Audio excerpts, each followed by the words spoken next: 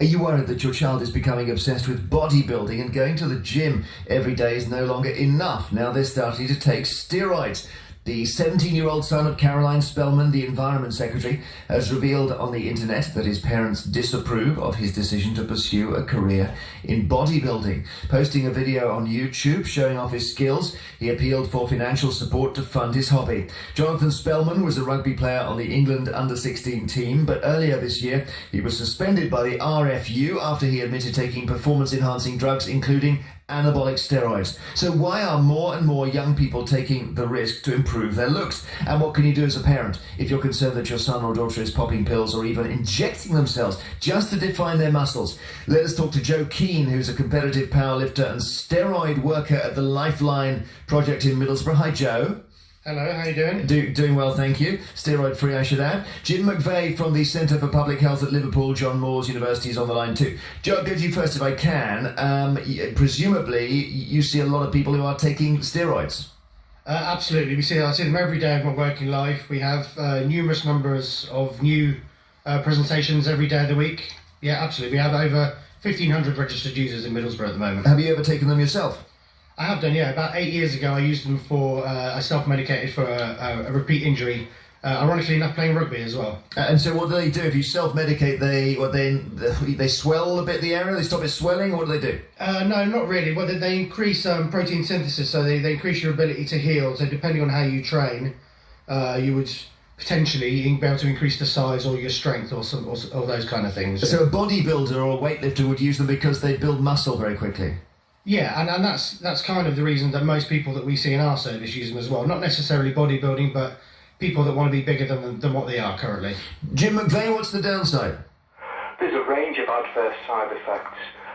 Some of these are short-term, some of them are longer-term, physical and psychological. We don't have a great deal of hard and fast data on the extent of these harms, but some of the things we do know are related to for youngsters. Certainly the adverse effects are much more pronounced in young people, and that would be our main concern. Okay, what are the adverse effects? Well, you've got chronic adverse effects, long-term impact on the liver, the cardiovascular system. You've got psychological effects. Certainly for some people it would cause a change in mood, maybe even increased aggression. And then there's a whole range of transient effects, short-term effects, acne, gynecomastia, which is the growth of female breast tissue, acceleration of male pattern baldness. And while these may not seem very serious to people, I suppose for a youngster who may be using to increase their confidence or improve their looks, they certainly don't want those adverse effects. It's interesting to think, Joe, that someone would take them knowing that they could go bald. Absolutely, but if you tell a 15-year-old that he potentially might go bald in the future, or he might have heart problems when he's 50, I remember as a 15-year-old myself, I wouldn't even been able to think about being 50 years old that far down the line. And as a society, we're a pill-poppy nation. We're very lazy. Not many people would go to the gym. If you could give them a tablet that would fix everything, then most people would unfortunately take it. And when they take these tablets and they do go to the gym and they do strength building exercises, is the effect very, very dramatic? It can be, depending on the strength of the steroids, depending on how they're training and the diet and everything. You can potentially put on very large amounts of muscle in very, very short spaces of time. People that tend to be a bit more sensible won't put on as much, but will be more likely to kind of maintain a bit of size and strength afterwards. Where do they get the steroids from? Internet, gyms, they're very easily available. There isn't a gym in the country, I don't think, where you could probably find someone that is using or is able to get hold of steroids, but the internet, the majority, I think. And you're described as a steroid worker, which means that you are trying to tell young people that you don't need this. Yeah, I mean, in an ideal situation where we would be able to stop everybody from taking any drug ever and live a ultimately healthy life, but obviously that isn't the case. And so what we try and help people that are adamant they're going to use them, to do them safely.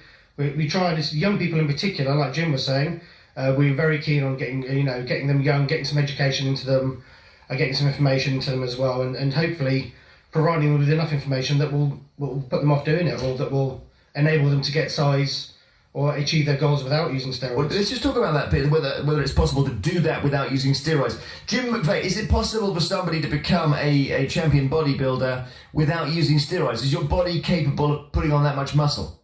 For the vast majority of people, they would not be able to put on the kind of muscle that we see in competitive bodybuilders.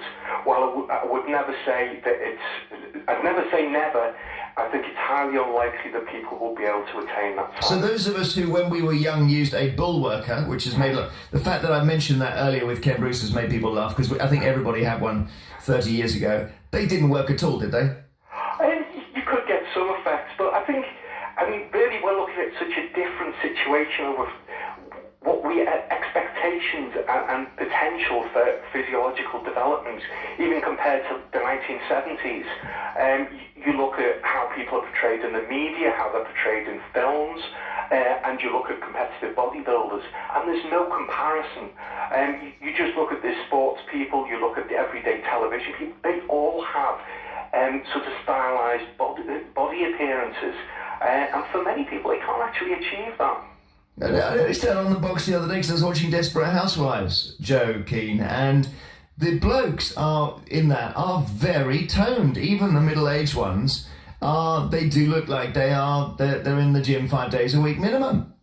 Absolutely, and and like Jim was saying, the pressures on men these days in the media, the way they're portrayed in magazines is huge. When I was a young lad, so that there wasn't any Men's Health, there wasn't a GQ, there wasn't all these kind of magazines with images of absolutely ripped, massive people on them, and nowadays the pressure's there for young men, and that's what they want to look like. And it's peer pressure as well. It's not just magazines and TV shows, it's their friends, and the most, well, as we know, when you're 15, the most popular lad is the one with the most prowess.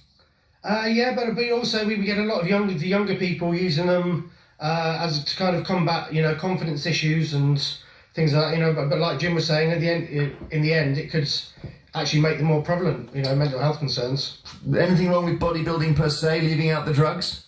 No, not at all, but it's interesting. If you look at a tested federation as opposed to a non-tested federation, and you'll see the difference in size, it's outstanding.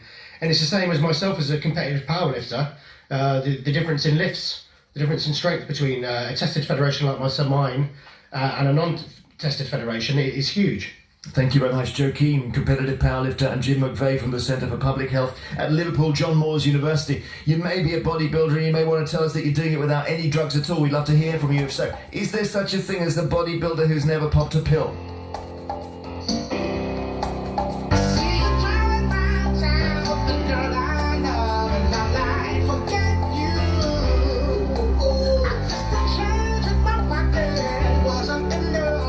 Now, I'm saying steroids. It is steroids. Anabolic steroids are taken by lots of bodybuilders, but you may be a bodybuilder who doesn't take them, and you're not happy with the idea that any muscle must be down to a drug. Dan is in Sheffield and says, my best friend is obsessed with going to the gym. In fact, he goes 5 times a week and he's fallen in love with his own image. The only problem is he constantly eats doner meat pizzas. And you're making my mouth water. He doesn't realise that once he hits 30, it's going to cost him all the hard work. That is, the kebab on the way home is the big problem, isn't it? Colin Tomlinson in Ilkeston in Derbyshire says, I've been training for 30 years. I've seen people use steroids. Every person I've seen has changed. Kids use them because of peer pressure, but they don't realise the future problems. Later in life, steroids affect the heart and the mind. The problem is they just don't realise what they're taking, and many are administered by people with no medical experience.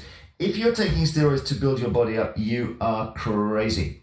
Jason in Norwich, good afternoon. Good afternoon, Jeremy. And you did it. I stopped training actually, Jeremy, this year after 8 years. And were you very muscular by then? Ridiculously muscular, yeah. So what were you doing a job on a building site or something, or what? I'm a decorator by trade. Right. And it's like your last comment, I just went to the gym, and it becomes an obsession because you go, and as I said to your researcher, you take a course of steroids, which lasts maybe 8 to 12 weeks, and then you have to come off them, and it's like any drug. Steroid is an addiction because you take one course of steroids, and you finish that course of steroids and you walk past the mirror and your mind tells you that you've shrunk. So instead of taking one course of steroids, you go back to the chap that you brought it off and you buy two courses of steroids. Then it's 3 and then it's 4. And before you know it, Jeremy, you're on steroids constantly. And the mood swings, the anger, the aggression, It's absolutely horrible. The hardest thing I did this year was stop going to the gym. So, but yeah, I don't understand why you have to do the gym and the drugs. Why can't you just stop taking the drugs and let the gym take up the slack? Listen, everybody's body, a child once told me this, everybody's wrists are a certain thickness, right? Yeah. Your body will only grow to a point where it can. You can't physically grow any more than your body will allow it. But once you start taking steroids, obviously, it increases muscle growth. Everybody, I was there maybe 2 years, Jeremy, before I took steroids. Right? And then I thought, this is pointless. I'm not achieving anything. I hit a goal where I couldn't physically lift anymore. And then you start taking steroids, and then the goals get bigger and bigger and bigger. Have a listen to this. Francis in Cambridge says you can get the same effect from proper training as you can from using steroids. No one needs to use drugs to get the physique they want. If you don't know how to build up muscle on your own, just get someone to show you.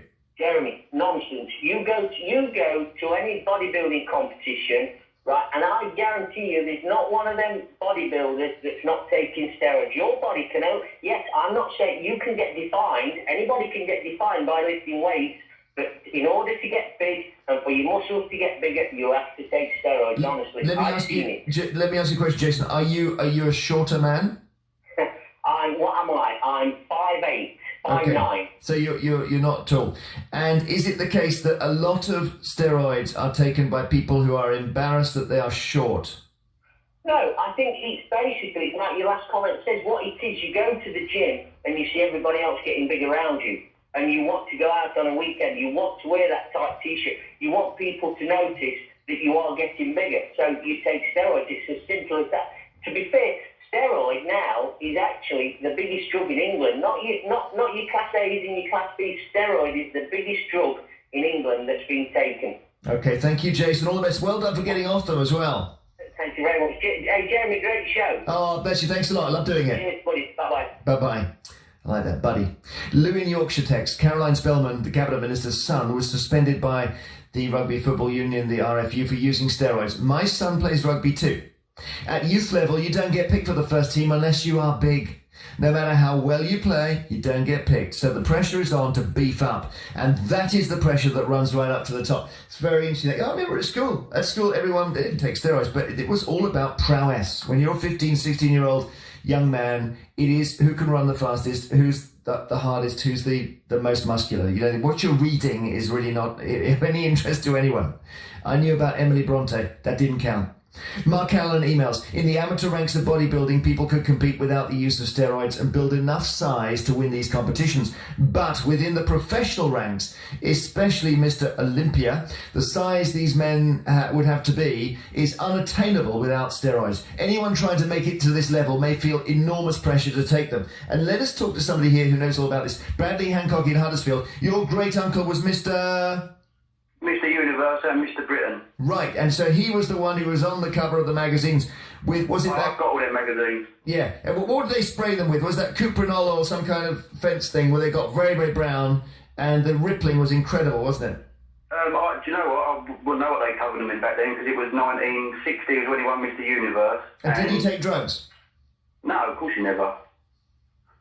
He drank 13 pints of Jersey milk or Gold Top milk a day and a dozen raw eggs. Really? Seriously? And he was down the gym every day, I bet? Yep. And he used to work out in his garden because my nan's got photos of him picking things up in the garden. And he did have an amazing figure, did he? Oh, he's massive. And he's still massive now. And he's 80 odd. Give us, can you give me his name or is that private? Yeah, no, his name's Henry Downs. Henry Downs? Yeah, and you can search for him online because I'll get a picture I bought lots of magazines. Reg Park Times, I think they were called something like that, the Reg Park Journal. Oh, yeah. And he's on the cover of them, inside, spreads on him, and I've got about 30 of them. I'm looking him up right now. Henry Downs, with no E in Downs, is there? No. Oh, yeah, I've got him. Okay. There you go. Yeah, sorry, I'm laughing just because it's just such an old-fashioned picture. But yeah, I can see how he's different. You wouldn't necessarily think that he had taken drugs looking at him. No, and he never would. Natural. And if you ever mentioned, like Arnold Schwarzenegger to him, he came into bodybuilding at the end of my uncle's career in bodybuilding. Yeah. And he couldn't stand it because everyone on the circuit knew what he was doing. It's very interesting. And he gets really like frustrated when people mention him. I will try and put this out on Twitter, and we'll see if we can put it on our website if the rights are there. But thank you very much. That's nice to hear. It was an older and more innocent age, Bradley. Thank you. Shall we have some Queen? Good music to body. To Bradley Hancock, who called in from Huddersfield, talking about his great uncle, Mr. Universe, whose name was Henry Downs. I have now got a picture. I'll put it on Twitter. If you are there on Twitter, you can see it on my account, and we'll try and get it on our website. But it's really interesting looking at it. It is a much more pleasing kind of built male body than the rippling t-shirt ripping bodybuilders of 2012. There's something very sweet about it. Almost looks like the cover of a Smiths album or something. I don't want to sound, this will start to sound odd if I talk about it in too glowing terms, but take a look. You'll see what I mean. Henry Downs, Mr. Universe in the 60s. Ted Walker in Worthing says, back in the 80s, I remember a really muscular guy who lived near me. He worked out all the time. I remember him leaving the gym and getting into his car, and it was awkward because he struggled to move. I still see him now. He can't walk or lift anything. I do not understand why they do it. That is interesting. That is a lesson, isn't it?